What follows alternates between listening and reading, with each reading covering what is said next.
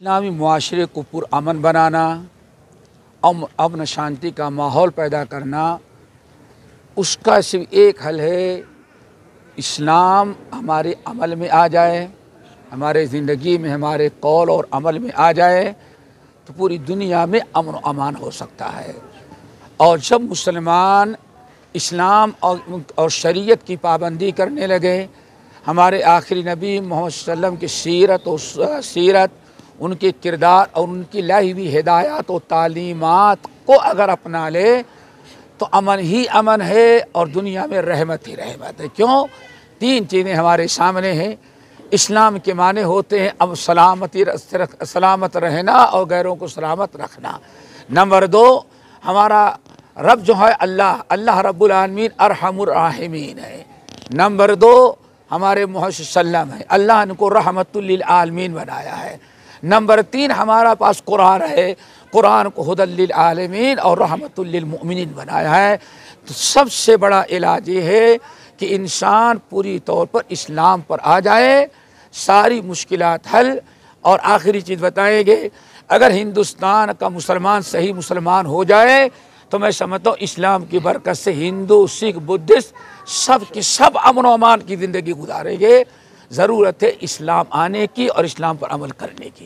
Sir, क्योंकि इस मुल्क के अंदर जो है मुख्तलिफ मज़ाहिब के लोग रहते हैं और एक मुसलमानों की गलत छवि भी पड़ रही है, उसको किस तरह जो है साफ कर सकते हैं? असल में बिल्कुल वजह है, इस दो चीज़ें हैं। पहली चीज़ तो ये कि कुछ नादान मुसलमानों की वजह से इस्लाम की छवि खराब होती है, ये हमारा कसूर अपना है। नंबर दो, दुनिया के लोग जो हैं जो इस्लाम पसंद नहीं करते या जिनके दिलों में कुछ बुग़्ज़ इनाद इस्लाम का है, मुसलमान का, वो असल में इस्लाम का मुताला किए बगैर, इस्लाम का कोई नॉलेज नहीं और बिला वजह इस्लाम पर तबसरा करना शुरू कर देते हैं।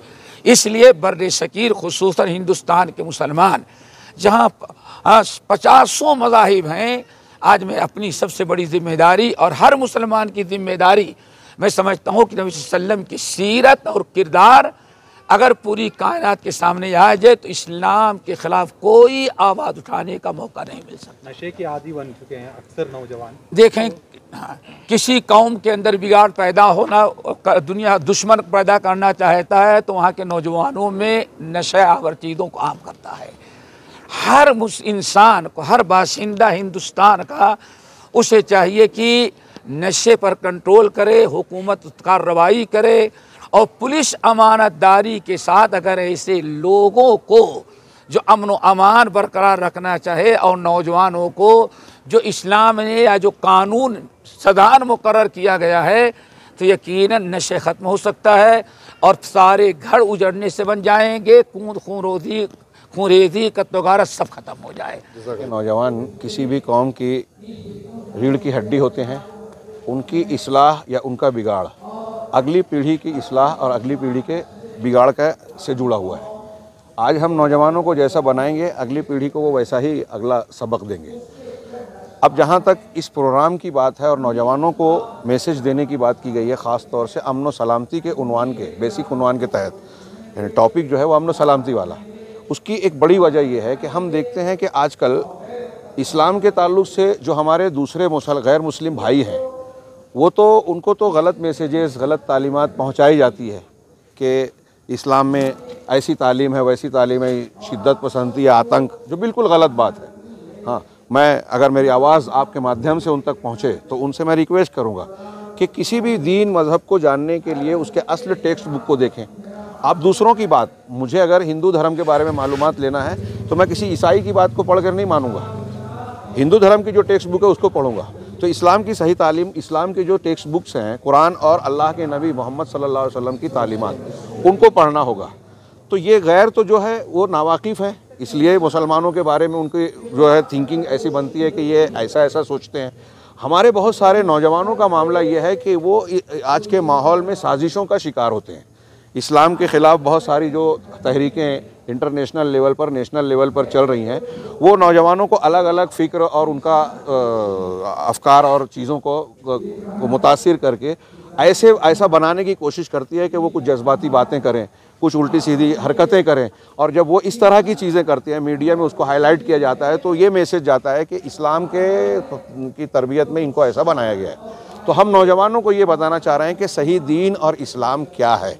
आप अगर समाज और माशरे के लिए अच्छा करना चाहते हैं तो इस्लाम की सच्ची तालीमात को इख्तियार करें आप, तो आप लोगों के लिए, सिर्फ मुसलमानों के लिए नहीं, गैरों के लिए भी, मुल्क के लिए भी आप अच्छे और बेहतरीन इंसान बनेंगे।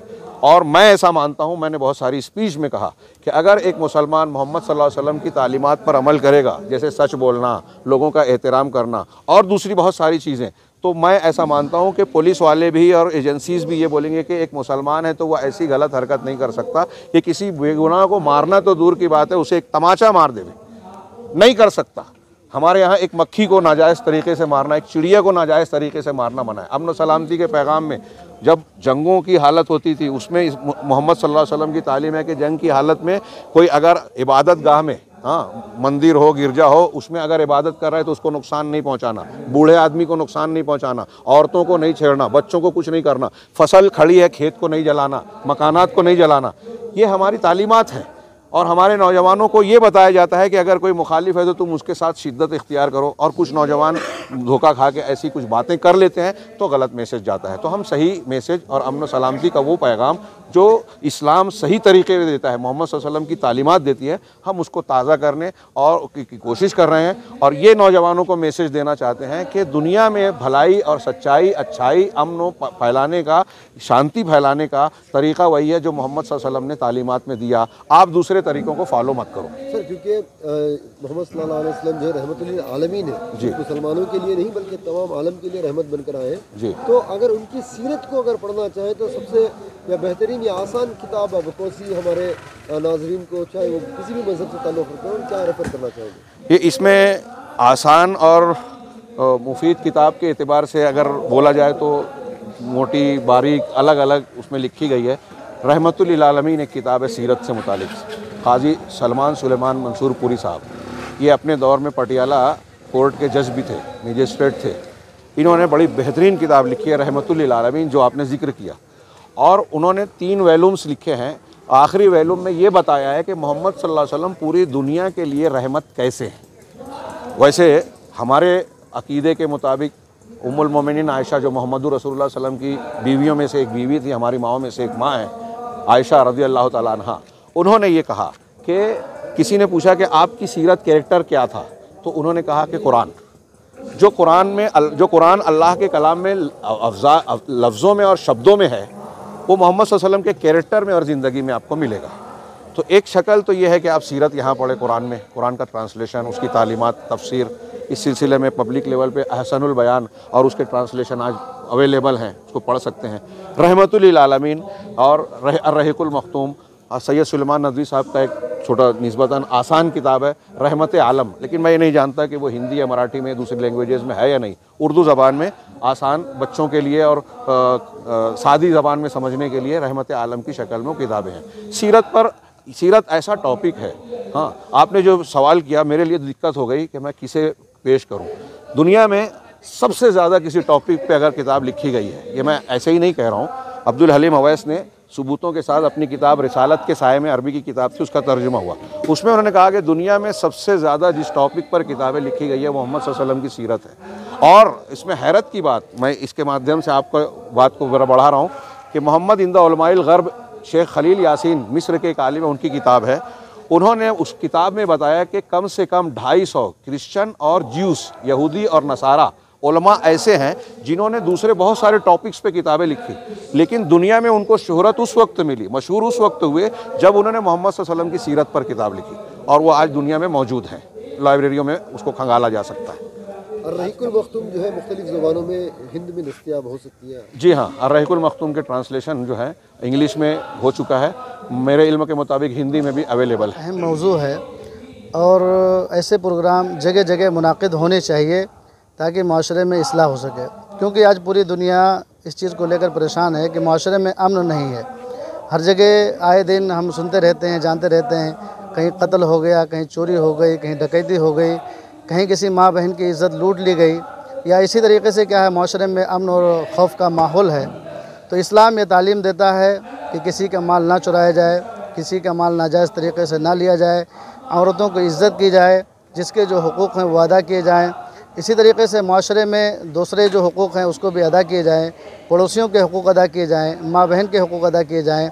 इसी तरीके से माशरे के जो हुकूक़ हैं उसको अदा किए जाएँ। इस्लाम ने यहाँ तक तालीम दे कि जानवरों के साथ भी एहसान किया जाए, उनके साथ अच्छा सलूक किया जाए। इंफॉर्मेशन सेंटर और दारुल अयमन की तरफ से जो आज एक प्रोग्राम यहाँ शादाब शादी महल में कंडक्ट किया गया है, जिसका टॉपिक है Muslim youth role and conduct for a peaceful society. ये एक काफ़ी अहम टॉपिक है जो आज के जो हालात हैं, जिस सिचुएशन से, जिस दौर से हम गुज़र रहे हैं, उस मुनासिबत से काफ़ी अहम टॉपिक है। यूथ, पर्टिकुलरली मुस्लिम यूथ का जो रोल है कम्युनिटी को अपलिफ्ट करने में, उसको आगे लेके जाने में, एक प्रॉपर मैसेज जो है सोसाइटी में फैलाने के लिए यूथ का रोल काफ़ी अहमियत रखता है, इम्पॉर्टेंट होता है। तो ये ज़रूरी है कि मुस्लिम यूथ को इस चीज़ का मैसेज दिया जाए कि इस्लाम की तालीमात क्या हैं, इस्लाम यूथ से, नौजवानों से क्या एक्सपेक्ट करता है, उनका रोल क्या रहता है सोसाइटी में, उस चीज़ को उन तक पहुंचाना शरी से ही से, कुरान और हदीस के हिस्से, वो बहुत ज़रूरी है। इसके मद्देनज़र क्या है, इस प्रोग्राम को हम कंडक्ट किए हैं ताकि नौजवानों तक ये मैसेज पहुँचे कि इस्लाम उनको क्या हिदायत देता है, उनको क्या बताता है कि उनका कंडक्ट, अपने आप को वो कैसे सोसाइटी में कंडक्ट करे, चाहे वो मुसलमान कौम में हो या दूसरे कम्युनिटी के साथ हो, किस तरह से अपना रिलेशन बनाए रखें, किस तरह से एक पॉजिटिव मैसेज पहुंचाए उन तक। इस चीज़ को पहुंचाने के लिए, उस इंफॉर्मेशन को, नॉलेज को पहुंचाने के लिए जो है इस प्रोग्राम को मुनाकिद किया गया है।